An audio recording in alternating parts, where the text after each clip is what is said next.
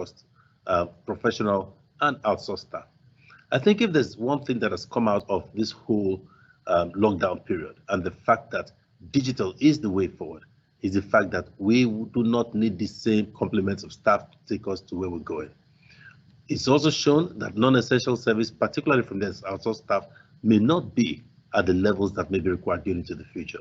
So we probably don't need as many security men as required, even to the fact that we're not going to have all our branches open between now and December. We certainly don't need all the security men. We don't need all the tea girls. We don't need all the cleaners. We don't need all the tellers, etc., etc. So that number of staff, which represents 75% of our staff strength, I think is one that we need to basically speak with their employers with a view to getting them, all right, to rationalize to the levels that we think will be necessary to basically sustain a mean but actually customer service oriented institution.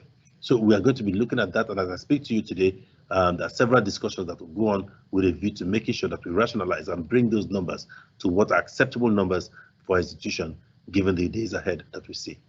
The second has to do with our professional costs. Now that is one that is very tricky, and it's tricky because I do understand and appreciate the fact that it's going to, bring its own pain to staff. We basically have to make the adjustments the same way you sounded when we spoke 10 days ago with respect to basically cutting down costs. I will be the first to take the hit, and I'm going to take the largest pay cut, which will be as much as 40%. The rest shall have to cascade right through the institution. Everybody may have to make some adjustments of some sort.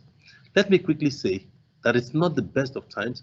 We understand the difficulty people are going through, but we also understand the higher calling of creating an institution that can continue to provide for us, and the fact that tomorrow, when things do improve, we shall revert to what is normal.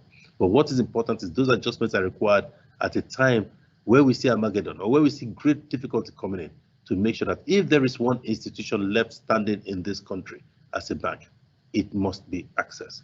So that's the decision that we've had to take.